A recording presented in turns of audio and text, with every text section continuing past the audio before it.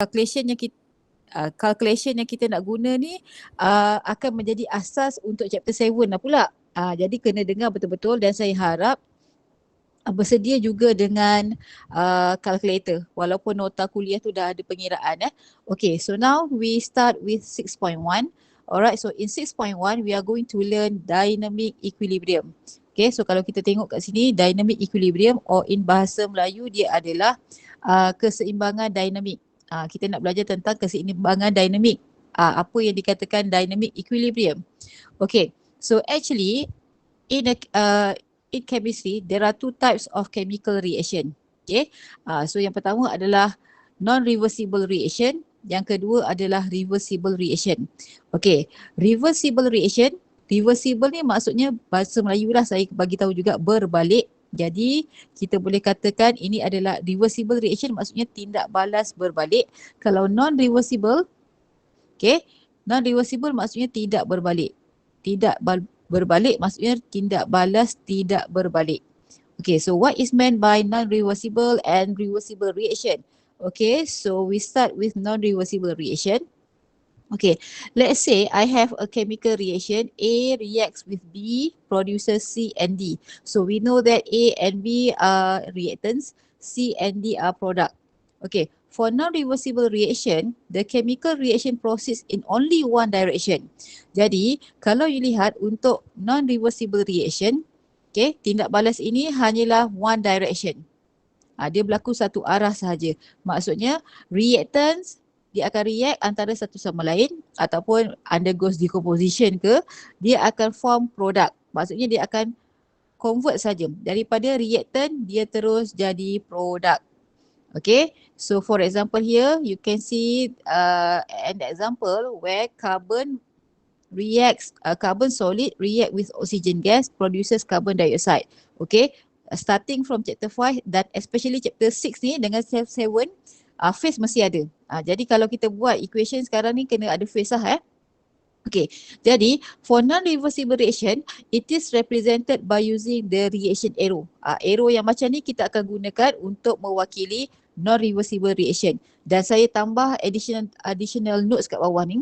In non-reversible reaction, reactants convert to products and cannot convert back to the reactant. Maksudnya that's why saya sebut tadi, reaction itu proceed in only one direction.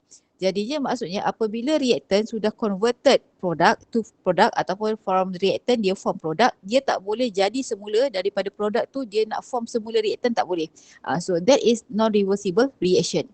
Okay, for reversible reaction, okay, so what is meant by reversible reaction?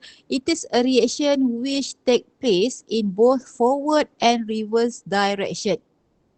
Reaction yang akan berlaku dalam dua arah, iaitu arah apa? Forward, tindak balas ke hadapan, and the reverse reaction, tindak balas berbalik.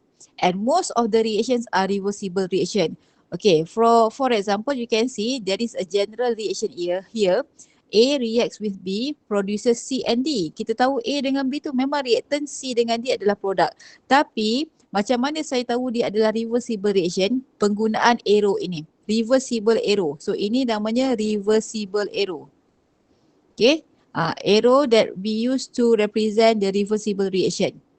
Jadi maksudnya sekarang bila saya sebut reversible reaction, dia akan berlaku dua arah. Satu, kalau you tengok arrow yang ke hadapan ni, anak panah yang separuh mata dia ni, kita panggil dia forward reaction, tindak balas ke hadapan. Maksudnya from reactant converted to product. So the reaction proceed from the left to right. Dari reactant dia akan form product. Tapi untuk reverse reaction, kita akan wakilkan dengan arrow yang ni, backward ataupun reverse ni. Yang satu ni ke belakang ni. Jadi itu adalah backward or reverse reaction where the reaction proceeds from right to left. From product dia akan form semula reactant.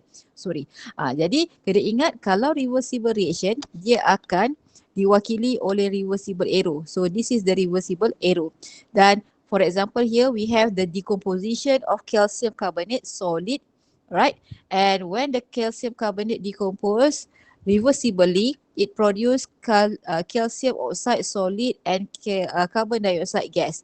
Jadi apa yang dikatakan dia adalah reversible, maksudnya apabila calcium carbonate ni dia terurai menjadi calcium oxide dan juga carbon dioxide, dia boleh form semula. Dia akan form semula daripada produk kita ni iaitu calcium oxide and carbon dioxide.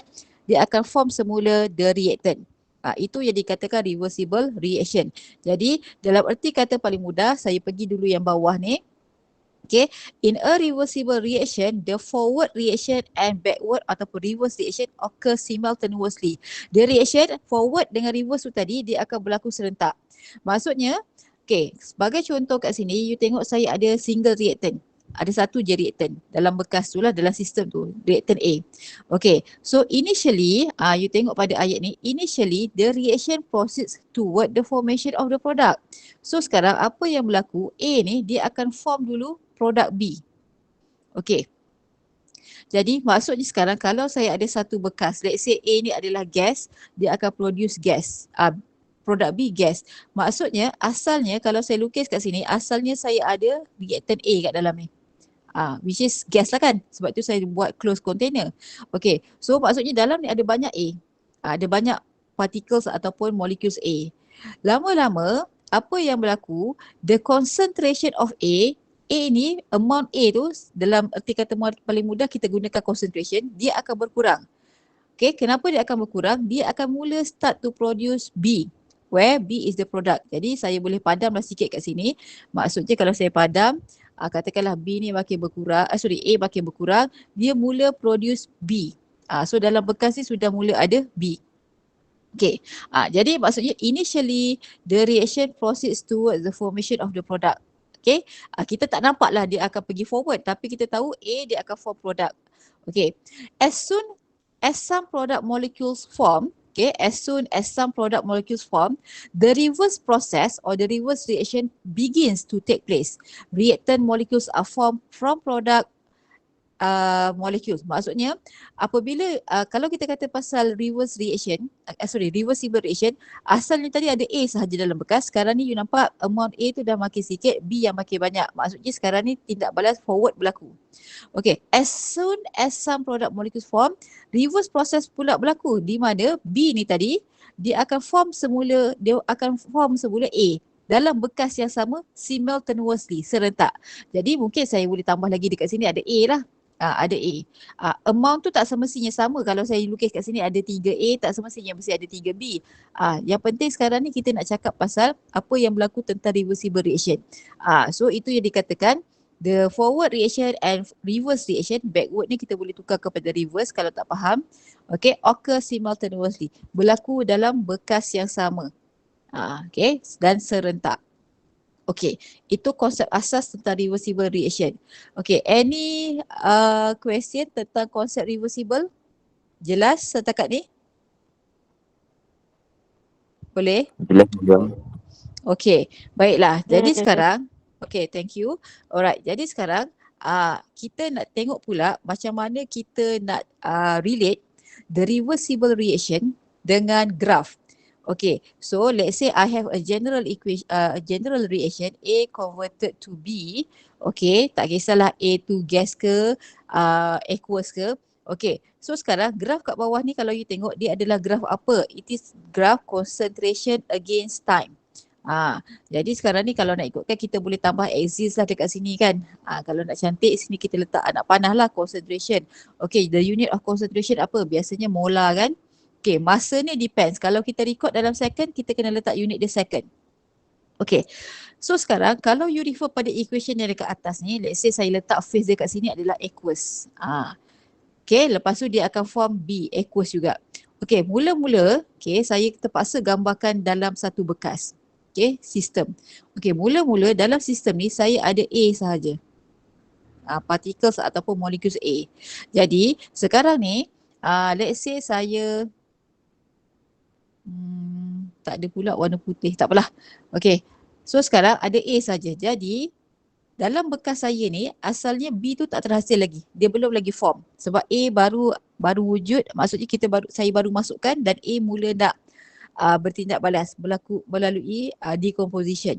So what happened to the concentration of A when the time goes by ataupun when the time increase? Okay, so you tengok pada graf yang ada curve warna hijau tu, iaitu dilabelkan sebagai A. Jadi ini menunjukkan curve yang warna hijau ini menunjukkan initially saya masukkan dalam bekas tu, let's say kat sini concentration of A is 1.0 molar. Okay, oleh kerana dia akan start untuk menghasilkan B, okay, what happen to the concentration of A? Dia mesti berkurang. Kenapa berkurang? Sebab dia mula start, dia akan mula untuk menghasilkan B. Jadi sekarang ni, let's say B pun mula terhasil dalam bekas ini. Okay, jadi saya gunakan warna, let's say warna hijau lah, B. B mula terhasil. So, asalnya pula dalam bekas ni tak ada B. So now you tengok pada curve yang berwarna purple ini ataupun yang dilabelkan dengan B. Okay, so kat sini actually 0. Initially, bila time kita let's say 0 second, asalnya dalam bekas tu B belum terhasil lagi. Tapi you can see what happened to the concentration of B, dia start to increase sebab B mula terhasil dalam sistem ini ataupun dalam bekas ini. So, bila kita nak bercakap pasal reversible reaction, yang pertama sekali you kena labelkan the concentration, the curve. Siapa yang mana satu concentration A, yang mana satu concentration B. Jadi kita kena ingat the concentration of A ini adalah reactant. Jadi kita kena faham A ini adalah reactant. The concentration of reactant decrease with time. Tu konsep asas yang you kena tahu. Okay. And the concentration of B, where B here adalah product. Macam mana you tahu, macam mana saya tahu produk? Tengok equation yang diberikan ni. Dia refer kepada equation ke atas tu. So what happened to the concentration of product? The concentration of product B increase with time. Betul lah kalau kita tengok A ni makin lama concentration dia makin berkurang. You tengok pada curve tu. Okay, with time. But the concentration of B, where B is the product, increase with time. Okay, jadi sekarang ni bila kita nak cakap pasal equilibrium, dynamic equilibrium, okay, bila you tengok selagi graf itu belum lagi constant, concentrationnya belum lagi constant, so di sini, okay, saya gunakan warna biru sekejap, pasal ni, okay, dekat kawasan sini, okay, ini menunjukkan belum lagi mencapai equilibrium. Sebelum yang garis merah tu, maksudnya belum sampai, sistem belum mencapai keseimbangan. Maksudnya sekarang apa yang berlaku? Concentration of A makin masih lagi berkurang, concentration of B makin bertambah. Maksudnya apa? Itu berlaku dalam bekas ni. Pembentukan B tu masih lagi berlaku. Okay, after T1, okay, you tengok kat sini after T1, what happened? The concentration of A, where A adalah reactant, and concentration of B remain unchanged ataupun constant. Okay, you tengok dekat bahagian sini. Dekat bahagian sini ni, yang saya tunjuk ni. B tu, you tengok kan dia punya graf mendata, constant aja concentration B, begitu juga concentration of A. Jadi, apabila concentration of reactant and product remains unchanged ataupun constant, ketika inilah kita katakan sistem sudah mencapai equilibrium. So, dia maksudnya kat sini sudah achieve equilibrium. Sistem sudah mencapai keseimbangan. Kita pernah guna perkataan keseimbangan waktu chapter 5. Jadi maksudnya, apa yang berlaku? Apabila sistem mencapai keseimbangan, A tadi dia akan produce B, pada masa yang sama B juga akan menghasilkan A. Jadi dalam bekas kita ni, dalam container yang berlakunya reaction, ada A, ada B. At equilibrium. Pada keseimbangan. Okay, jadi kena faham. T1 ni kat sini, ni adalah T1. After T1. Dekat garis yang warna merah tu. Okay, jadi ketika itulah the system is in the state of equilibrium. Bila saya sebut sistem, ada perkataan sistem, ada perkataan sistem di sini. Sistem ini merujuk kita punya chemical reaction dalam bekas tu. Apa yang kita kaji, that is the iaitu chemical reaction. Okay, so now bila kita sebut dynamic equilibrium, there are 3 criteria. Okay, the system is said to be in a dynamic equilibrium apabila tiga-tiga kriteria ini dicapai ataupun berlaku ataupun dipatuhi. Yang pertama, the concentration of reactant and product stop changing ataupun remain constant over the time. Jadi kalau kita tengok curve ni tadi ataupun graf ni tadi, dekat bahagian sini. Dekat bahagian sini ni you nampak concentration of A dengan B remain constant, tidak berubah. Jadi ketika itu sistem reaction kita itu dikatakan telah mencapai dynamic equilibrium. Okey, telah mencapai keseimbangan. Bila mencapai keseimbangan, reaction masih lagi berlaku ya. Di mana A, reaktan kita membentuk produk, pada masa yang sama B juga akan menghasilkan semula A. Dia simultaneously. Okay, that is the first criteria. The second criteria adalah the rate of forward reaction equals to the rate of reverse reaction. Kadar tindak balas forward akan sama dengan kadar tindak balas reverse. Okey, sebagai contoh tadi kita ada A decompose and produce B.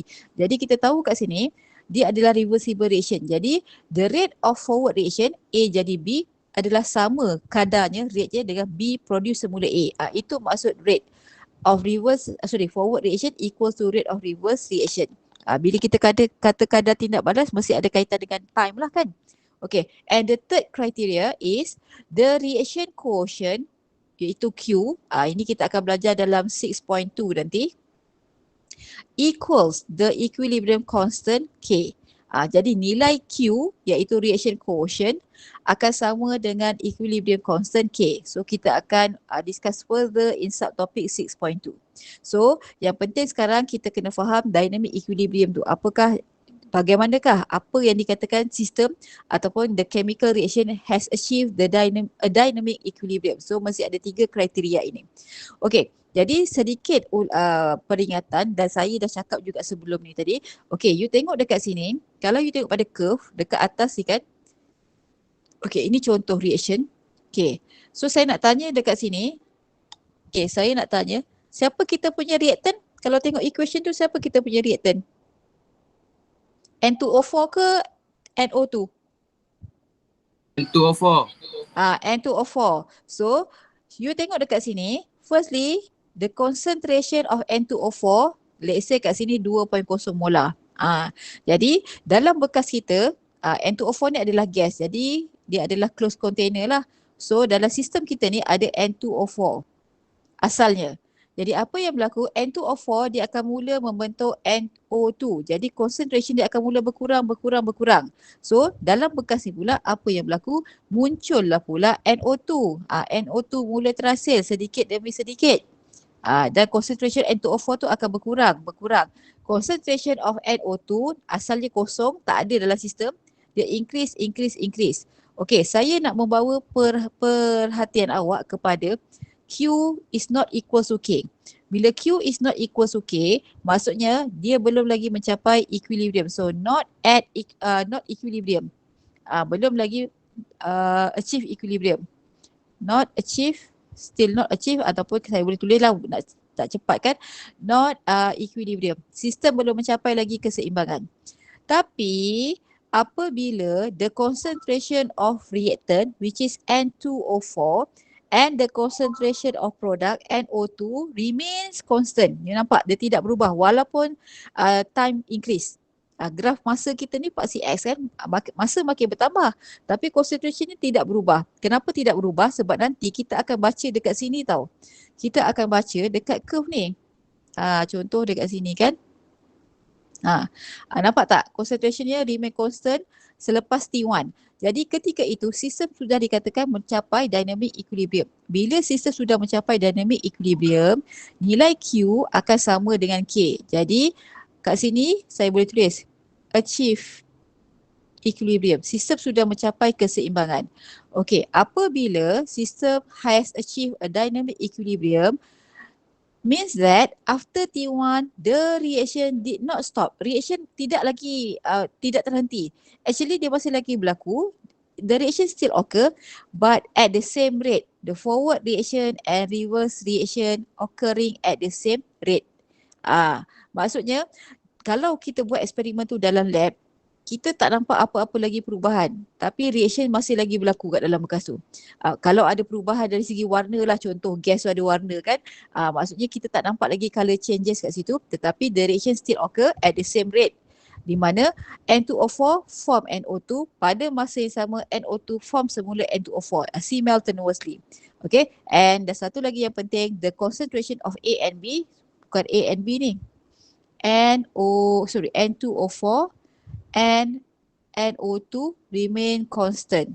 No net change ataupun tidak ada perubahan. So itu yang dikatakan dynamic equilibrium. Okay, dan kalau kita lihat kepada graph rate against time, ni graph rate against time, bagi contoh tindak balas tadi kan. Okay, baik, kalau you tengok dekat sini, saya buat curve lah kan.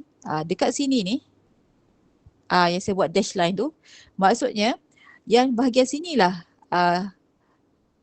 dia sudah mencapai equilibrium, at equilibrium. Sistem sudah mencapai equilibrium. Macam mana saya tahu? Sebab you tengok dekat sini, you tengok dekat rate dekat dia punya rate. Okay, nampak tak?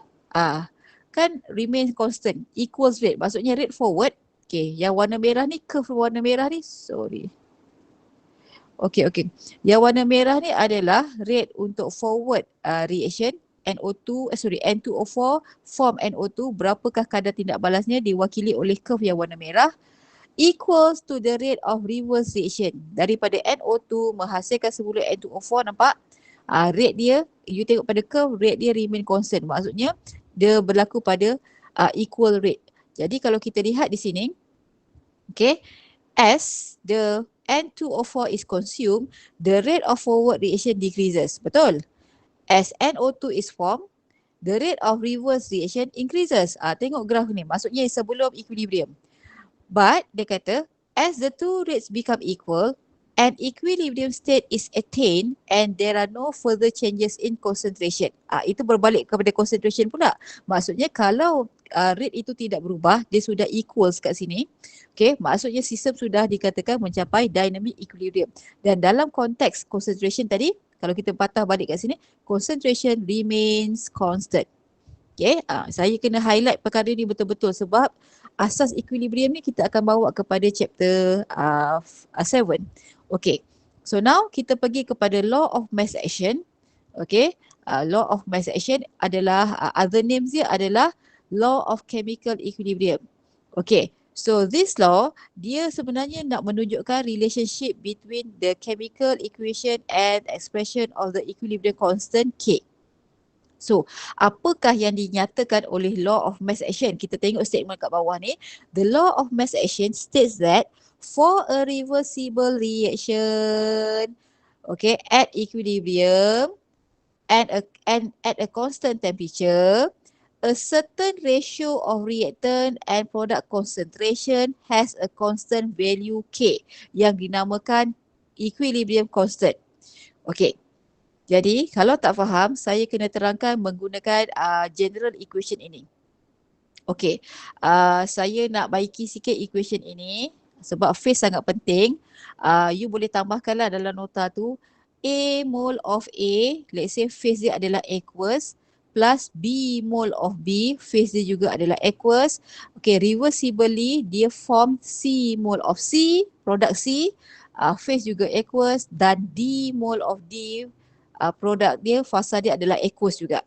Jadi, okay, apa yang berlaku? Nak cerita kan? Okay, firstly dalam bekas ni saya masukkan apa? Saya masukkan reaktan dulu.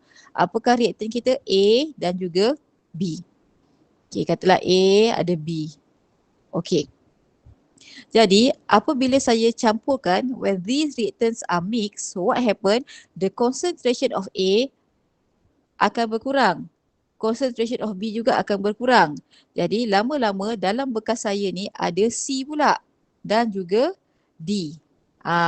Okey. Tapi apabila sistem sudah dikatakan mencapai dynamic equilibrium, okey, apa yang berlaku? A tadi dengan B dah form C dengan D iaitu produk. Pada masa yang sama, when the system reach the equilibrium, C dengan D ni bentuk semula A dengan B dalam bekas yang sama. Dalam bekas yang sama. So apabila sistem mencapai keseimbangan, dalam bekas ni akan ada reaktan dan produk. Okey. Isunya sekarang, apabila sistem, katalah tindak balas ini sudah mencapai equilibrium. Dia sudah mencapai equilibrium. Okey. Ratio concentration of product kat atas ni dengan concentration of reactant, atas ni mesti produk. Okay, yang bawah ni reactant. Okay, dengar betul-betul dikuasakan power with its stoichiometric coefficient. A, B, C yang warna hijau tu, yang saya buat tu, itu adalah stoichiometrical coefficient yang mana datang daripada chemical equation. Okay, dalam chemical equation tu you nampak kan ada A mole of A, B mole of B, C mole of C dan D mole of D. Jadi hasil ratio ini apabila concentration product dikuasakan dengan dia punya stoichiometrical coefficient darab dengan concentration produk satu lagi, sebab ada dua produk kat sini kan. Okay, dikuasakan dengan dia punya stoichiometrical coefficient divide by the concentration of reactant, kuasakan dengan dia punya stoichiometrical coefficient, dan oleh kerana ada dua produk, B, concentration of B, power of B mole, okay, dia akan dapat satu nilai constant yang dikatakan disebut sebagai K. So saya highlight kat sini K ni warna pink. K ini disebut sebagai equilibrium constant. Okay, sebab nak kira ni, kejap lagi nak belajar kira.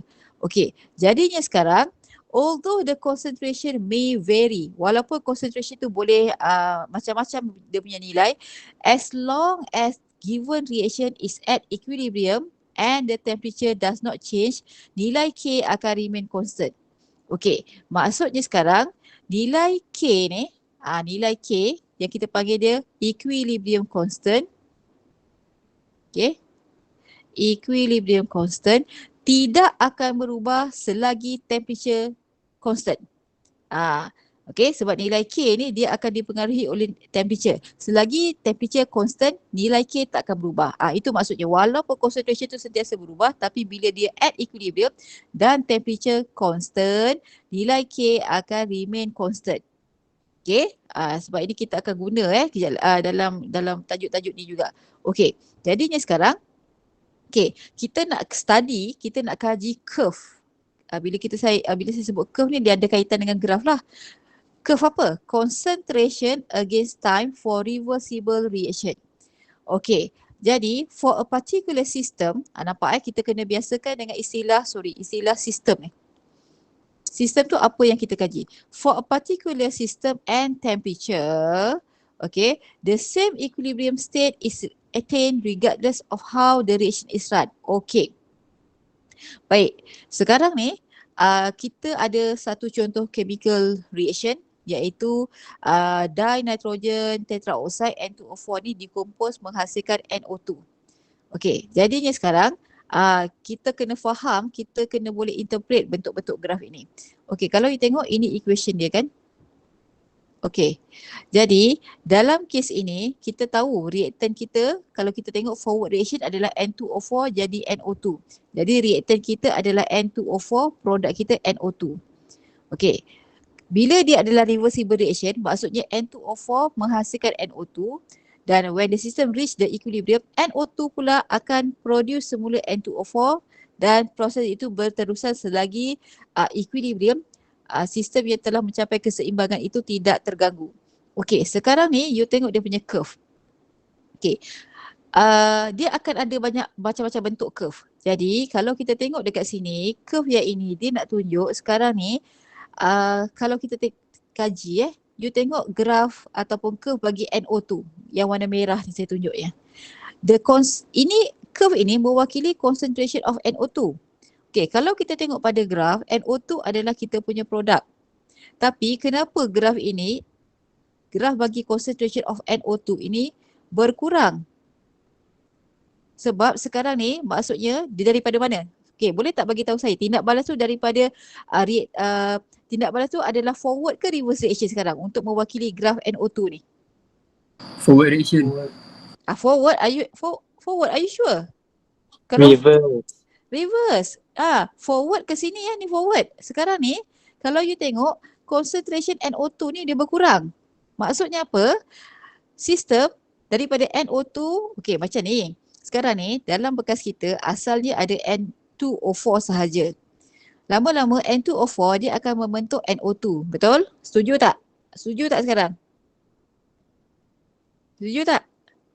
Setuju. So itu adalah forward. Okey, bagus. Itu adalah forward reaction daripada reaktan N2O4 menghasilkan NO2. Sekarang NO2 NO2 pula dia produce semula N2O4. Saya padam yang atas ni. NO2 yang asalnya produk, dia produce semula N2O4. So what happened to the concentration of NO2? Sepatutnya increase ke decrease? Decrease. Decrease. Sebab itu curve dia macam ni. Sebab dia nak cakap pasal reverse reaction ni sekarang. Dan pada masa yang sama, you tengok kat sini concentration of N2O4 dia akan increase. Dia bergantung kepada sistem kita. So maksudnya sekarang ni asalnya dalam bekas kita tu ada NO2. Okay, NO2. Lepas tu baru wujudnya N2O4.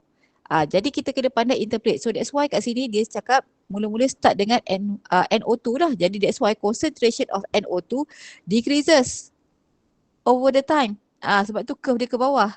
Maksudnya sekarang N2O4 tu concentration dia akan increase. Okay, the next curve. Sekejap. Okay, kalau you tengok dekat sini, dia kata, you tengok dekat sini, dia start dengan N2O4. Ini equation kita. So maksudnya kalau kita start dengan N2O4, maksudnya kita punya reactant dalam equation adalah N2O4. So concentration of N2O4 decreases.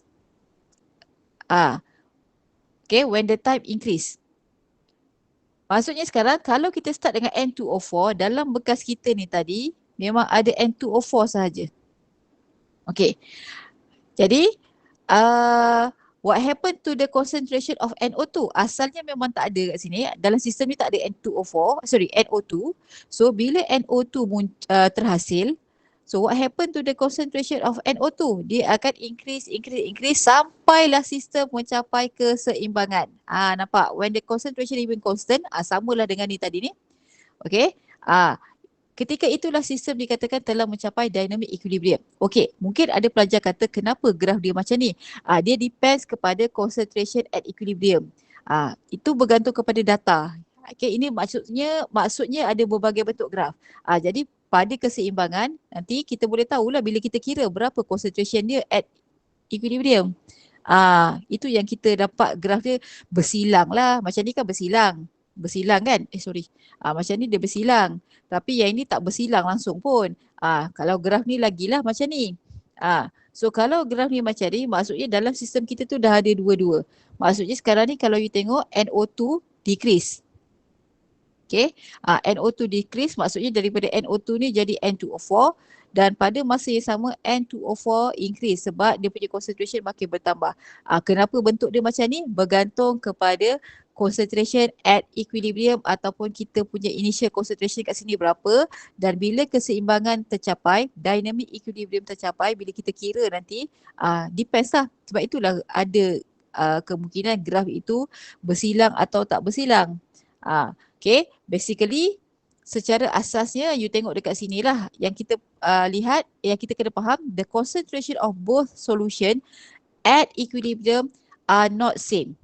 Macam contoh ni tadi kan, kalau you tengok semua ni, yang saya buat dash line ni, concentration at equilibrium, maksudnya dekat sini ni sistem sudah mencapai equilibrium, tidak sama. Macam mana tahu? Contohnya dekat sini mungkin 0.5 molar.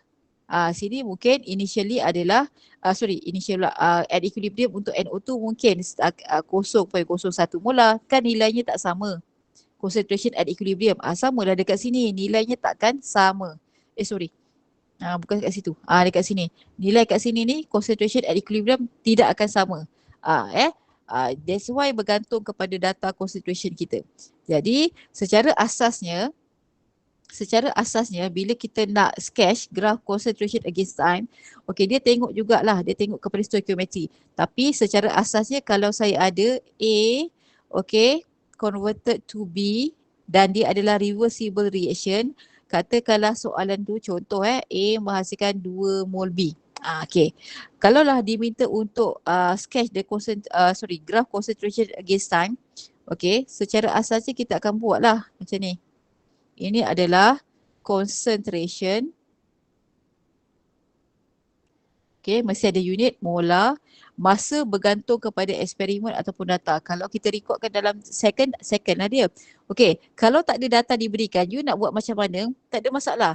Okay, you tengok dekat sini, A ni 1 mol, B 2 kali ganda. Dan A adalah kita punya reaktan, B adalah kita punya produk. Jadi maksudnya kita kena faham konsep bahawa concentration of reaktan dia akan berkurang. Berkurang sehinggalah sistem mencapai keseimbangan. Jadi kita kena labelkan ini adalah concentration of reaktan A. Okey, untuk concentration of B, kat sini kena hati-hati sedikit. You tengok kat sini ada stoichiometrical coefficient 2 mol. Maksudnya concentration of B akan bertambah 2 kali ganda. Jadi kita punya curve, kita akan buat kenaikan dia mestilah 2 kali ganda. Nampak? Maksudnya 2 kali ganda lah. You nampak beza 2 kali ganda. Okey. Nak cantik saya buat semula Nak cantik saya buat semula sekejap. Yang A ni mungkin saya ke bawahkan sikit lah. Okay. Dia bukan ke macam tu dia mesti kat bawah sini constant. Okay, ini concentration of A. Untuk concentration of B, dia akan increase sebanyak 2 kali ganda sebab dia produk sekarang. Jadi you akan buat dah ni. Nampaklah ada beza 2 kali ganda. So labelkan kat sini adalah concentration of B. Jadi kita kena faham sebelum dia remain constant ini, maksudnya sistem belum lagi mencapai equilibrium. So dekat mana yang dikatakan sistem telah mencapai equilibrium? Bila concentration remain constant. Okay, yang ni pun graf saya tak berapa cantik tu. Sepatutnya kat sini ni sepatutnya dia agak constant lah. Nanti boleh betulkan itu secara asasnya. Kalau kita ada data, barulah kita tengok data. Okay, alright. Jadi habis untuk 6.1, kita nak pergi 6.2, 6.2 equilibrium constant. Dan saya harap boleh ready dengan calculator dan juga catatan lah sebab mengira ni kena buat. Dia tak boleh baca total kuliah untuk kira. You kena kira bersama-sama. Okay, so now kita lihat yang pertama dulu. Kita kena kenal apakah yang dikatakan the type of equilibrium. So we have homogeneous equilibrium. So what is meant by homogeneous equilibrium? It is an equilibrium where the products and reactants are in the same phase. Jadi kalau kita lihat contoh dekat bawah ni, kita ada 3 example 1. Sekejap guna warna merah. Okay, example 1. Okay, so bila kita kata equilibrium, arrow mesti reversible arrow lah. Dan phase sangat penting. Sebab itu wajib buat equation untuk PSPM mesti ada phase. Especially chapter 6 dan 7 memang kena ada phase. Kalau tak ada phase, equation awak memang tak dapat markah. Okay, jadi sekarang N2O4 gas, okay, decompose reversibly produces 2 mole of NO2 gas. Jadi oleh kerana dia adalah reversible reaction dan bila kita katakan sistem ini telah mencapai dynamic equilibrium, dia adalah homogeneous equilibrium. Kenapa? Because reactants and products mempunyai phase yang sama. Kedua-duanya adalah gas. Okay, same goes to the second example where we have the reaction between 2 mole of sulfur dioxide gas reacts with 1 mole of oxygen gas. Dia react secara reversibly and then produces 2 mole of SO3 gas. Jadi kalau kita lihat di sini, phase untuk reactant and products adalah sama. So they are, this example number 2 ni adalah homogeneous equilibrium. Sama juga dengan yang ketiga, walaupun reactantnya acetic acid phase aqueous undergoes dissociation, dia mengalami penceraian menghasilkan acetate ion and H+ ion, juga adalah dalam keadaan aqueous. Kita lihat di sini phase-nya sama. Maka ini juga adalah contoh homogeneous equilibrium. Okey. Bagi heterogeneous equilibrium, hetero maksudnya berbeza. So heterogeneous equilibrium dia adalah satu equilibrium where the reactants and products are in different phase. Reactant dengan produk different phase. Sebagai contoh, kita ada satu contoh di sini. I have a system, okay, di mana dalam sistem itu ada calcium carbonate solid, undergoes decomposition, produces calcium oxide solid and 1 mole of carbon dioxide gas. Jadi kalau kita lihat di sini, okay, reactant kita phase dia solid. Calcium oxide produk kita phase dia solid, tapi carbon dioxide phase dia adalah gas. So the reactants and products are they have different phase. Jadi sistem ini, reaction ini kita katakan heterogeneous equilibrium.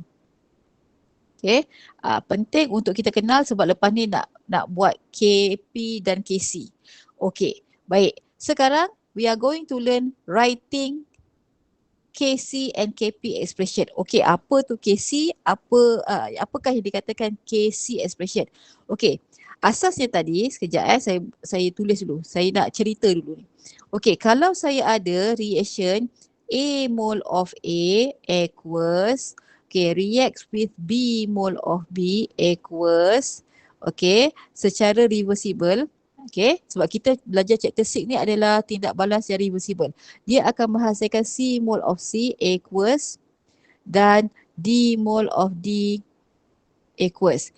Okay, tadi kita belajar law of mass action di mana at constant temperature, okay, then when the system is at equilibrium, okay, the ratio between the concentration of product dengan concentration of reactant akan menghasilkan satu nilai constant. Okay, yang disebut sebagai K.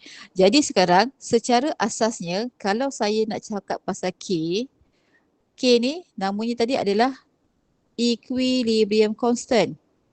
Okay, secara asasnya macam mana kita nak tulis equilibrium constant? Okay, you tengok dekat sini betul-betul. Okay,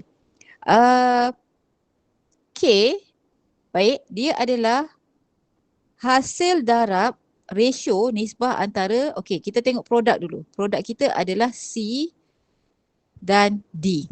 Okay, concentration of C dikuasakan dengan dia punya stoichiometrical coefficient darab concentration produk satu lagi sebab ada dua produk iaitu D besar ni dikuasakan dengan dia punya stoichiometrical coefficient D.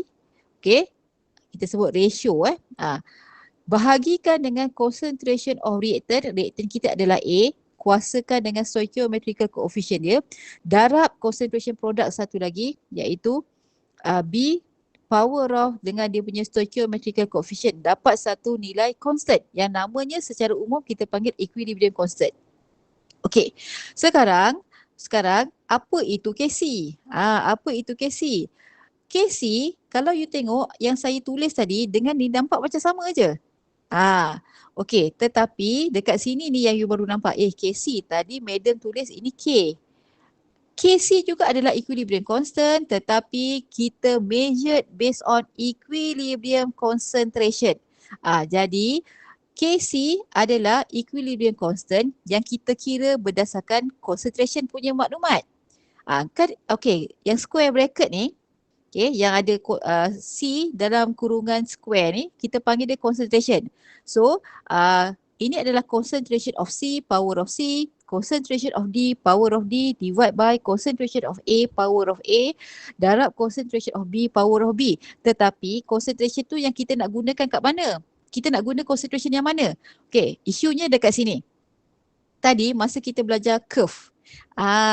Okay, masa kita belajar curve, kalau you ingat dekat sini, kat sini adalah not equilibrium. Sistem belum mencapai equilibrium.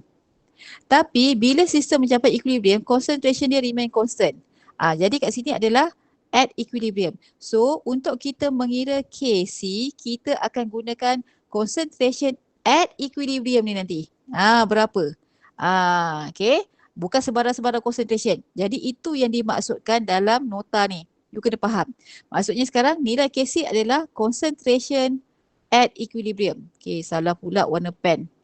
Tak boleh tu, saya kena tukar juga. Okay, so the unit of concentration adalah molar ataupun mole per liter.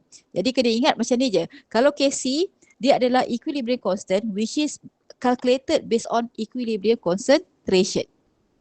Okay, baik. Kita ada satu lagi KP expression. Tadi KC, ini KP pula. Okay. Kalau KP, dia sama, you nampak macam sama tapi macam lain. Macam mana? Macam sama, macam lain. Okay. KP, dia adalah equilibrium constant tapi calculated based on equilibrium partial pressure of the gas. Maksudnya sekarang, gas kalau sistem itu, kalau sistem ni, contohlah saya ada ni kan, di dalam equation ni. So first of all, oleh kerana you nampak, okay, saya nak tanya, sistem ni, katalah sistem ni at equilibrium, dia homogeneous ke heterogeneous equilibrium? Homogeneous. Homogeneous. Fasa dia sama kan, sebab tu phase sangat penting. Okey, jadinya sekarang asalnya dalam bekas ni saya campurkan dua bahan. Apa dia reaktan tu? A dengan B.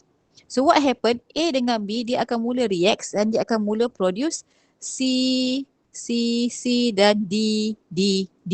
Banyaklah kat dalam ni kan. Okay, so forward reaction berlaku. Okay, forward reaction daripada A, B menghasilkan C, D. Okay, apa yang berlaku pada concentration of A? Apa berlaku pada concentration of B? Concentration pula. Partial pressure of A dengan B sebab dia gas. Partial pressure of A akan berkurang. Partial pressure of B juga akan berkurang. Dan bila C mula terhasil dan D juga mula terhasil, partial pressure of C dan D mula increase. Increase untuk produk. Untuk reaktan dia akan decrease sehinggalah sistem mencapai keseimbangan di mana the partial pressure of A, reaktan AB ni dengan C, produk kita CD remain constant. Jadi bila sistem itu terdiri daripada gas kan, kita boleh kira equilibrium constant based on partial pressure concentration. Cuma hati-hati dia punya kurungan ni mesti betul. Okay, jadi maksudnya sekarang dia bukan kurungan yang square. Yang concentration tadi mesti square. Ni kan square bracket. Tapi kalau KP dia mesti curve macam tu. Maksudnya macam ni lah. Okay, KP, mana nak conteng KP, okay, kan. Sama dengan apa tadi? Ni kurungan yang melengkung ni. Okay, kalau saya ada A mole of A gas plus B mole of B gas produces C mole of C gas. D mole of D gas. Jadi KP adalah partial pressure of product. Produk kita apa? C. So partial pressure adalah P C power of C. Ni mana? Daripada stoichiometrical coefficient. Ada dua pula produk tu. Darabkan dengan partial pressure of D power of D. Stoichiometrical coefficient. Divide by reactant partial pressure of A power of A darab partial pressure of B power of B. Bezanya pada kurungan dan kita akan menggunakan partial pressure ataupun senang cerita pressure bagi gas dalam sistem itu at equilibrium. Okay, sebab itu namanya equilibrium constant. Cuma KP, P huruf kecil adalah equilibrium constant calculated by using equilibrium partial pressure. Jadi sekarang nanti kita akan kira tu, kita kena tahu nak buat dia punya expression. Okay, kalau kita ada heterogeneous equilibrium, contoh seperti ini. Okay, awak tengok kita ada satu sistem yang bila mencapai keseimbangan, kita katakan dia adalah heterogeneous equilibrium sebab phase dia berbeza. Solid dan ada yang gas. Jadi kita panggil dia heterogeneous equilibrium. Okey, kalau sistem itu melibatkan solid, okey, kita akan assume the concentration of solid itu adalah constant. Jadi ini penting tak boleh salah. The concentration of pure liquids and pure solid does not change. So kita anggap dia constant. Kalau constant kita anggap je nilai dia 1. Therefore, it do not appear in the equilibrium constant expression. Jadi maksudnya kalau saya ada ni kan equation ini, soalan minta awak tuliskan KC expression, kita terus je tulis KC sama dengan ambil yang gas dengan aqueous sahaja. Okey, tengok produk dulu, bahagian produk. Nak ambil siapa? Solid kita anggap dia constant, so tak payah ambil kira. Kita anggap je nilai dia 1, terus ambil gas. Okey, kenapa saya boleh tulis concentration of carbon dioxide gas? Sedangkan kat sini gas. Biasanya kita cakap concentration tu adalah aqueous kan? Sebab gas juga ada concentration. Kalau kita ingat balik, saya terpaksa cerita juga ni. PV equals to nRT kan? Pressure sama dengan mole bagi volume RT. Jadi mole bagi volume ni adalah concentration. Jadi maksudnya pressure juga adalah sama dengan concentration. So that's why saya boleh tulis juga KC expression walaupun dia adalah gas. Okey, kalau nak ikutkan ini adalah power of 1 sebab kat sini ada 1 mole. Tapi kalau power of 1 ni kita dah understood, tak payah tulis pun tak apa. Okey, tak payah tulis power of 1 tu pun tak apa. Sekejap. So sekarang tengok pula bahagian produk. Reactant. Reactant kita solid. Jadi ignore saja. Kita anggap dia constant. So that's why this is the KC expression. Okay.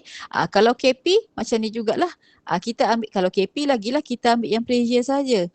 Maksudnya sekarang conclusion saya adalah kalau dia melibatkan solid dengan liquid, you abaikan. Kita anggap dia constant. Jadi dia tak akan appear dalam KC and KP expression. Okay. Alright. Mana ni? Kenapa tiba-tiba dah pergi slide yang sini? Sekejap melompat pula. Okay. Baiklah. Sekarang kita nak pergi kepada example 1. Okay. Kita go through sama-sama. Okay, write the KC expression write the expression KC and KP, okay, if applicable for the following reversible reaction. Okay, note balance the equation first. Okay, saya go through jawapan aja. Okay, kalau kita check untuk soalan A ni, equation dia dah balance dan untuk equation wajib ada phase. Sebab phase itu kita kena rujuk untuk tulis expression. Okay, saya nak tanya untuk A ni homogeneous ke heterogeneous equilibrium? Homogeneous. Okay, homogeneous. Okay, phase dia aqueous. Aqueous adalah larutan berair. Jadi kalau phase dia aqueous sahaja, ada satu je expression yang kita boleh tulis iaitu KC. KP tak boleh sebab dia bukan gas. Jadi macam mana nak tulis KC? Okay, tengok concentration product. Okay, concentration product. Yang kita ignore, yang kita abaikan ataupun kita anggap constant, liquid dengan solid je. Tapi dalam equilibrium ini, aqueous, so kita kena ambil kira. Dan kat sini actually kena faham takut ada yang tak faham ni. Ni 1 mol. Jadi sekarang ni bila kita tulis expression dia, concentration of H plus adalah produk. Actually kat sini power of 1, tak payah tulis sebab kita tahu dia adalah kuasa 1 kat situ. Sebab stoichiometrical coefficient dia 1. Okay, dan oleh kerana ada 2 produk, darab concentration of fluoride ion aqueous actually pun power of 1. Okay, settle. Okay, tengok pula kita punya reactant, fasa dia aqueous. Bahagikan dengan concentration of HF, actually power of 1. So tak payah. Jadi yang ini pun dah okay. Tulis macam ni je. Okay. So kenapa saya tak boleh tulis KP? Sebab dia ni bukan gas. Dalam sistem ni dia bukan gas. Jadi hanya gas sahaja yang ada concentration. Maksudnya kalau gas saja kita boleh tulis KP dan juga KC. Kalau aqueous tak boleh. Okay. Apa yang saya cakap tadi tu kita lihat pada contoh yang kedua. Okay, ini juga adalah contoh homogeneous equilibrium. Jadinya sekarang bila you tengok kat sini, semuanya adalah gas. Maka kita boleh tulis KC dan KP expression. Okay, saya nak start dengan KP dulu sebab KP yang paling mudah. Sebab dia gas kan. Di mana KP adalah equilibrium constant which is calculated based on partial pressure at equilibrium. Jadi macam mana nak tulis KP expression? Tengok produk kita siapa? NO2. Jadi kita kena tambahkan sebutan P ni. P tu merujuk partial pressure. Partial pressure of NO2 power of 2 sebab kat sini stoichiometrical coefficient dia 2. Okay, nampak? Okay, oleh kerana ada satu je produk, settle lah. Divide by partial pressure of NO power of 2. Okay, you tengok dekat reactant kita ni NO power of 2, jadi kita kat sini kuasa 2 times partial pressure, P itu adalah partial pressure of oxygen gas dan actually dia power of 1. Jadi itu adalah KP expression. Dan saya dah jelaskan tadi, okay, kalau dia adalah heterogeneous equilibrium dan melibatkan gas semuanya, kita boleh tulis satu lagi iaitu KC expression. Di mana tadi saya kata pressure berkadar terus dengan concentration kan. Jadi saya boleh tulis juga, saya boleh kira KC dia nanti. Jadi untuk KC expression adalah kita kena gunakan bracket yang betul. Concentration of NO2 power of 2 divide by concentration of NO, iaitu reactant kita NO power of 2 times concentration of oxygen gas, reactant satu lagi. Okay, tak payah tulis power of 1. Okay, 2 example saya dah go through. Okay, kita pergi yang C ni pula. Yang ni penting. Okay, saya nak tanya yang C ni homogeneous or heterogeneous equilibrium? Heterogeneous. Okay, heterogeneous. So you nampak dekat sini kita ada phase liquid, kita ada phase gas. Jadi tak payah banyak cerita, yang liquid ni tak payah tengok. Okay, kita anggap dia constant kan, kita anggap dia nilai dia 1. Nilai dia adalah 1. Jadi kalau macam tu, yang tinggal adalah gas. Nampak? Phase gas saja yang tinggal. Jadi kalau gas, saya dah cakap kita boleh tulis KP expression. Jadi macam mana nak tulis KP expression bagi tindak balas ini? Oleh kerana yang dekat produk ni, liquid tadi tu kita anggap dia mempunyai constant pressure. So constant itu kita wakilkan dengan 1. So 1 per partial pressure of SO3. Okay, dan actually ini ada stoichiometrical coefficient dia 1. Ini saja. Dan pressure juga adalah directly proportional dengan concentration. Maka kita boleh tulis KC expression sama method. Produk kita ada satu saja liquid. So kita anggap dia satu, constant nilai dia satu per concentration of SO3. Cuma tolong hati-hati penggunaan bracket. Penggunaan bracket ni berbeza. You salah tulis, salah tau. Memang takkan ada markah. Saya cakap betul. Salah cara tulis KC dengan KP, gunakan bracket ataupun kurungan yang salah, tidak ada markah. So sangat rugilah. Okey. Jadi sekarang kita nak relate KP dan juga KC expression. So kita ada satu equation kat sini. Kalau you nampak, we have KP equals to KC times RT power of delta N. Okey, jadi yang ini kita nak relate KP dengan KC dan sebenarnya derivation dia ada derivation, cuma tidak akan ditanya dalam exam lah. So nanti derivation mungkin macam mana kita nak terbitkan persamaan ini boleh belajar ataupun diajar dalam tutorial. Okey, jadi sekarang ni bila you tengok dekat sebutan ni ada RT, mesti ada kaitan dengan ideal gas. So datang daripada PV equals to nRT. Okey, tak ada masalah, saya akan terangkan yang manakah dikatakan delta N. Okey, so sekarang ni saya tak nak tunjuk lah. Maksudnya sekarang kat sini delta N ni, okey, delta N kita ni adalah, you tengok dekat sini. Okey, you tengok dekat equation yang saya tandakan star tu. Okey, delta N adalah, okey, delta N ini adalah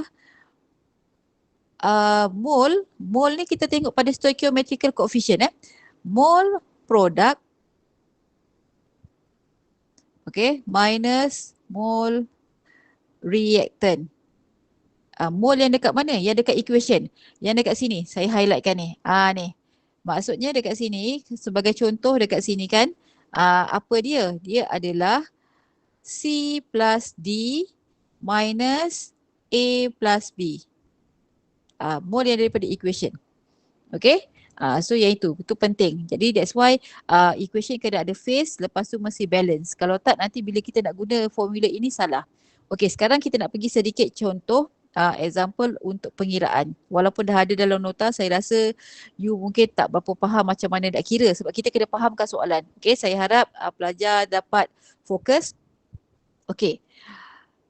The equilibrium constant, okay, the equilibrium concentrations for the reaction between carbon monoxide CO and molecular chlorine Cl2 to form COCl2 gas at 74 degrees Celsius are, okay, so diberikan pada awak concentration of carbon monoxide at equilibrium adalah 0.012 molar. The concentration of chlorine gas at equilibrium is 0.054 molar and the concentration of COCl2 at equilibrium adalah 0.14 molar.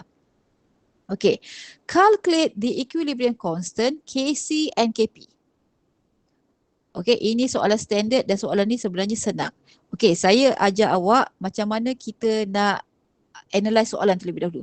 Okay, kita tengok pada soalan apa yang diberikan pada awak keyword yang pertama equilibrium concentration. Okay, yang mana equilibrium concentration yang diberikan kat bawah ni? Concentration ni semua. Cuma sekarang, okay, dan reaction itu berlaku pada constant temperature iaitu 74 degree Celsius. Okay, bila soalan tu suruh calculate, okay, soalan pula minta calculate. Calculate apa? Equilibrium constant yang mana satu? Kc dan juga Kp. Kita dah belajar tadi, bila kita nak kira Kc dan Kp, kita kena ada expression dia terlebih dahulu. Kc and Kp expression. Untuk menulis Kp and Kc expression, kena ada balance equation. Nampak? Soalan ni tak bagi balance equation. Okay, jadi yang sekarang saya dah crop ke sini. Okay, first of all you perlukan balance chemical equation. Okay, tengok siapa reactant, siapa produk. Okay, kalau you tengok dia kata reaction between carbon monoxide. So nampak kat sini, carbon monoxide adalah kita punya reactant. Carbon monoxide adalah gas. Wajib ada phase. Reacts with molecular chlorine. Chlorine adalah gas. Okay, dan oleh kerana kita bercakap pasal reversible reaction, arrow dia automatic yang ini. Bila chapter 6 je memang soalan ni. Kalau equilibrium, perkataan equilibrium tu muncul, memang arrow kita adalah reversible arrow. Menghasilkan apa? Dia kata menghasilkan COCl2 gas. So make sure you punya equation adalah balance dan ada phase, ada fasa dia. Okay. So sekarang apa yang berlaku? Dia kata maksudnya sekarang ni dalam bekas ni, mula-mula saya masukkan, saya masukkan carbon monoxide. Kemudian saya masukkan Cl2. Okey. So apa yang berlaku, carbon monoxide dengan chlorine gas ni dia akan mula react. So what happen to the initial concentration of carbon monoxide dengan Cl2, dia akan decrease. Tapi dalam soalan dia tak bagi tahu initial concentration. So tak payah ambil tahulah pasal initial. Cuma konsepnya kita faham concentration of the reactants will decrease. Okey. Dan apa yang berlaku dalam sistem, dia akan mula membentuk produk. Siapakah produk kita? COCl2. So what happen to the concentration of COCl2, dia akan mula increase dan concentration of reactant kita, CO and Cl2 decrease sehinggalah the concentration of reactants CO and Cl2 and the concentration of product remain constant. So ketika itu sistem dikatakan sudah mencapai equilibrium. So berapakah concentrationnya at equilibrium? Inilah dia. Okey. Jadi sekarang kita nak kira pula equilibrium constant, Kc. Saya nak start dengan Kc dulu. Jadi untuk kita mengira equilibrium constant which is calculated based on, kalau Kc ni based on apa? Partial pressure or concentration at equilibrium, class? Concentration in equilibrium. Yes, concentration at equilibrium. Wajib tulis dulu Kc expression. K huruf besar, C huruf kecil. Where Kc expression is equals to, tengok produk kita. Produk kita adalah yang ini. COCl2, ada satu je. Dan equation pun dah balance ni. Saya dah tengok dah balance. Jadi kat sini, Kc equals to concentration. Jadi concentration diwakili dengan kurungan yang square ni. Concentration of COCl2, dan actually dia adalah power of 1, tak payah buat, memang kita faham dia kuasa 1 kat situ, divide by, tengok produk kita, yang kita ambil kira adalah gas dan juga aqueous sahaja. Dan kenapa yang sekarang ni you tengok, kenapa dia punya fasa tu adalah gas tapi saya buat concentration, saya dah jelaskan tadi. Gas ada concentration dan kita nak kira Kc. Jadi sekarang bahagikan dengan concentration of reactant yang pertama, carbon monoxide, stoichiometrical coefficient dia 1, so power of 1 darab concentration of Cl2. Power of 1 actually. Expression wajib ada. Expression wajib ada. So now barulah kita boleh gantikan dengan dia punya concentration at equilibrium. Jadi sekarang you tengok dalam nota tu ada concentration at equilibrium kan, dalam you punya jawapan tu you kena buat substitution yang betul. Jadinya sekarang kita kena substitute. Jadi saya tunjukkan dekat sini, saya tak nampak pula data tu kan, tak apa saya buat kat sebelah. Equals to, concentration of COCl2 at equilibrium adalah 0.14 molar. Actually dia ada unit tapi saya nak jelaskan kenapa saya tak masukkan unit kat situ. Divide by berapakah concentration of carbon monoxide? You tengok pada soalan, it is 0.012 dan dia bukan kuasa 2 ke kuasa 3. Actually dia punya stoichiometrical coefficient 1, tak ada masalah. Darabkan dengan concentration of Cl2 at equilibrium 0.054 molar actually. So bila you tekan calculator, sepatutnya you akan dapat 216. Kc and Kp tak perlu letak unit. Dia punya unit tu meaning tidak membawa makna apa-apa. Jadi tak payah letak unit. Sebab itu saya buat penggantian kat sini, tak payah letak unit. So that's why final answer tak payah letak unit. So kita dah settle untuk Kc. Sekarang kita ada Kc tapi kita nak kira Kp. Jadinya sekarang Oleh kerana itu, kita nak relate KC and KP, kalau you nak gunakan KP expression kan, kita tak boleh kira sebab kita tak ada partial pressure at equilibrium. Dalam soalan ni tak ada partial pressure at equilibrium. Yang diberikan pada awak adalah concentration at equilibrium. Jadinya sekarang untuk kita relate KP and KC, okay, kita ada satu formula where KP is equal to apa tadi kita belajar? Sebutkan. KC Times tu RT delta N. RT tutup kurungan kuasa power of delta N. Tolong yang lain yang tak respon tu saya husnuzon, maksudnya fokuslah ataupun tak ada device. Tak ada device apa ni? Mic ke, speaker pula, headphone ke. Okay, sekarang ni kita nak cari delta N. Okay, cari delta N dulu. Delta N ni mesti yang gas. Okay, fasa dia gas. Saya lupa nak cakap tadi. Mana tadi? Kat sini, dia mesti yang fasa dia gas. Mesti yang gas. Kat sini mesti gas. Kalau aqueous tak boleh. Dia mesti yang gas sahaja. Okay, jadi kita tengok dekat sini. Mana tadi delta N kita. Okay, delta N kita, maksudnya produk kita ni ada berapa mol fasa gas? 1 kan? Betul tak? Betul? Betul. 1 tolak. Okey, tengok reaktan kita. Reaktan kita dua-dua ni gas.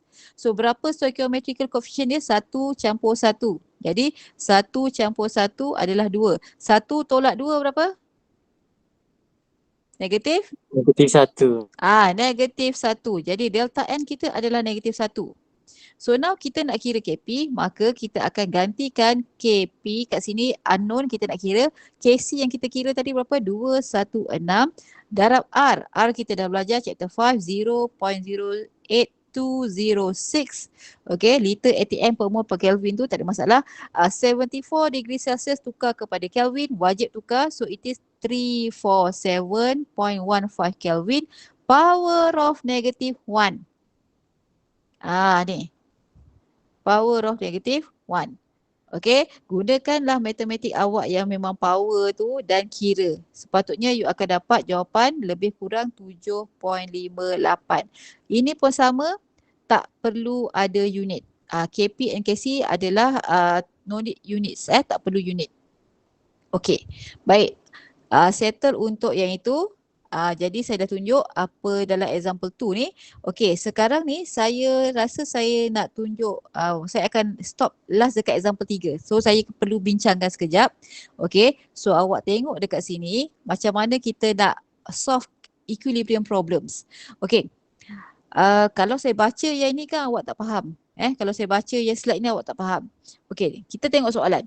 Okey, in order to solve the equilibrium problems, kita akan gunakan reaction table. Maksudnya sekarang kalau kita nak menyelesaikan masalah yang melibatkan equilibrium problems, masalah keseimbangan ni tadi, kalau you tengok yang contoh kita baru buat ni tadi, kita dah terus ada apa ni?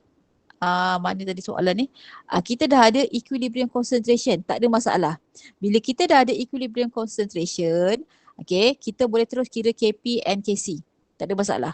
Tapi sekarang ni kalaulah awak tengok pada soalan ini, contoh saya baca dulu. Sebab baru saya patah balik dekat sini nanti. Okay, consider the gas phase. Hydrogen gas react with iodine gas produces 2 mole of hydrogen iodide gas. Dah dia berlaku secara reversible. Okay, suppose that a flask containing hydrogen and iodine gas has been heated to 425 degrees Celsius and the initial concentration of hydrogen and iodine were each 0.0175 mole per liter. At equilibrium, the concentration of hydrogen iodide is 0.0276 mole per liter. Use this experimental information to calculate the equilibrium constant. Okay. Nampak dah mula susah. Baca pun kadang-kadang blur ni. Okay, sekarang ni kalau you tengok dekat soalan ini, dia bagi tahu, okay, initial tindak balas kita berlaku antara hydrogen gas dengan iodine gas secara reversible sehinggalah sistem mencapai keseimbangan. Dia akan dalam sistem tu dia akan menghasilkan HI lah kan, sampailah sistem reach the equilibrium. Okay, initially mula-mula kita masukkan apa dalam bekas? Kita masukkan reaktan, hydrogen gas dan iodine gas. Berapa banyak concentration? Initial concentration. Dia bagi pada awak initial concentration. Maksudnya ini adalah bukan equilibrium concentration bagi hydrogen gas and iodine gas. Baca betul-betul. Dia adalah initial concentration. Maksudnya initial concentration bagi hydrogen gas kalau kita lihat di sini adalah 0.0157 molar. Concentration of iodine adalah 0.0175 molar juga. Bila you mixkan, dia akan mula bertindak balas sebab dia kata dia heated, dia panaskan, dan hydrogen iodide HI akan mula terhasil sedikit demi sedikit. So what happened to the concentration of hydrogen and iodine gas dalam bekas ni? Berkurang atau bertambah?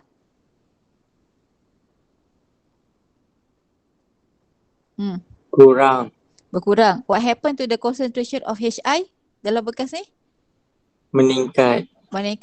So yang berkurang akan berkurang, yang meningkat akan meningkat sehinggalah sistem mencapai keseimbangan, iaitu the concentration of reactants and product remains unchanged, constant.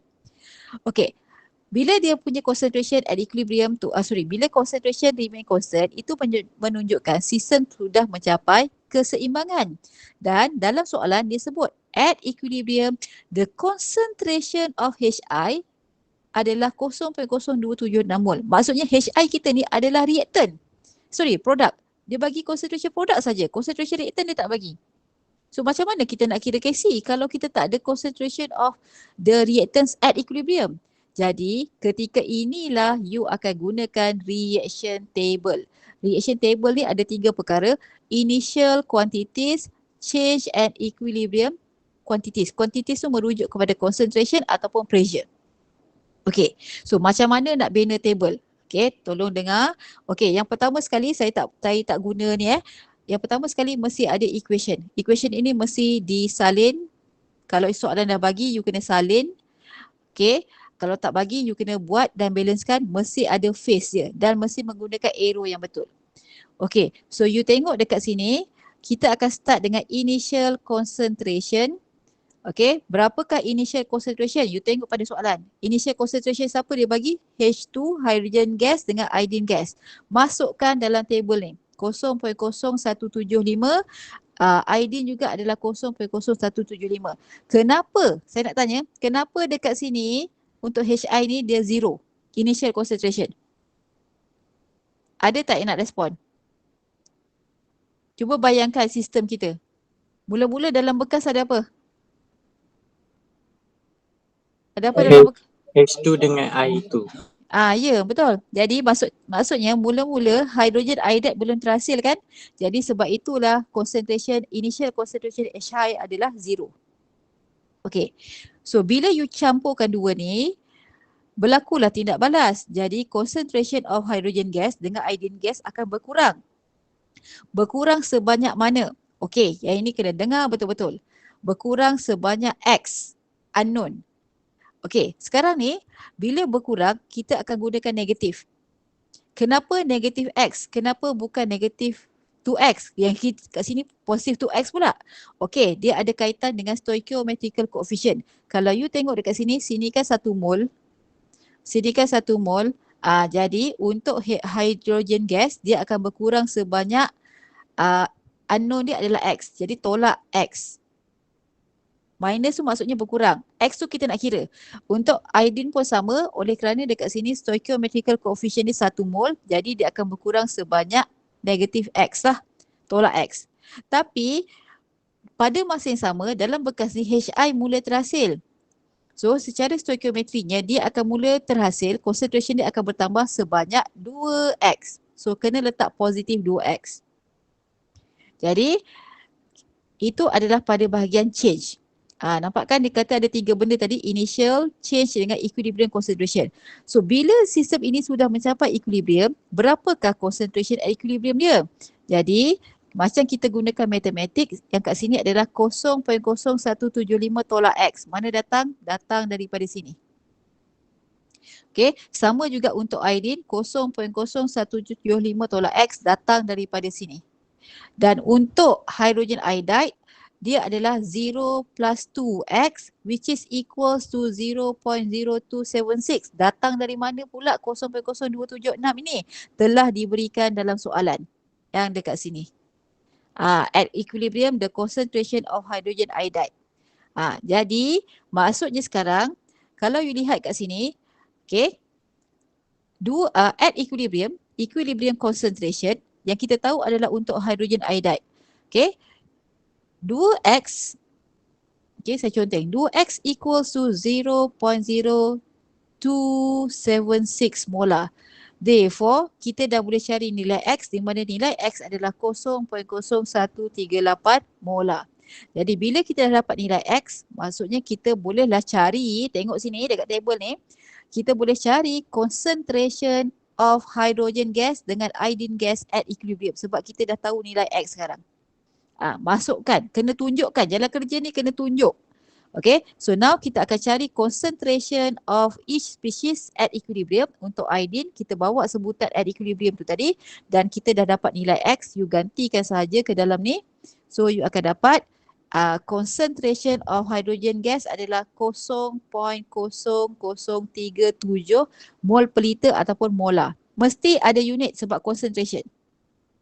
Dan same goes to concentration of iodine at equilibrium. Okay, kita dah dapat nilai x ni tadi, kita gantikan. Maka kita akan dapat juga concentration of iodine at equilibrium 0.0037 molar.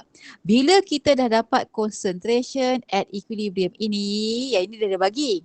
Kan? Yang ini kita dah kira. Barulah kita boleh kira Kc. So untuk mengira Kc, wajib tulis dulu Kc expression dengan merujuk kepada balance chemical equation. Okay, lepas tu gantikan concentration at equilibrium yang baru kita kira. Untuk HI dia dah bagi siap-siap, maka you akan dapat nilai Kc lebih kurang 55.6 without unit, tak payah letak unit. So this is how we solve equilibrium problems. Okay, itu baru permulaan. Okay, baru permulaan. Jadi kalau saya tak nak tanya faham ke tak faham, sepatutnya sikit-sikit kena dapat. Jadi you dah boleh tengok-tengok yang lain juga sebab asasnya nanti lebih kurang sama. Okay, alright. Jadi saya rasa cukuplah itu saja untuk kelas malam ni. Ada soalan ke nak tanya? Is there any question? Tak ada. Oh, okay, memanglah tak ada. Okay, baiklah. Tak ada. Okay, kalau tak ada, kita jumpa minggu depan ya. Okay kelas, that's all for today. Thank you. Thank you, madam. Thank you, madam. Thank you, madam. Thank you, madam. Okay. Thank you, Alright. madam. Thank you, madam.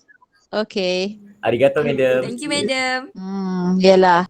Okay.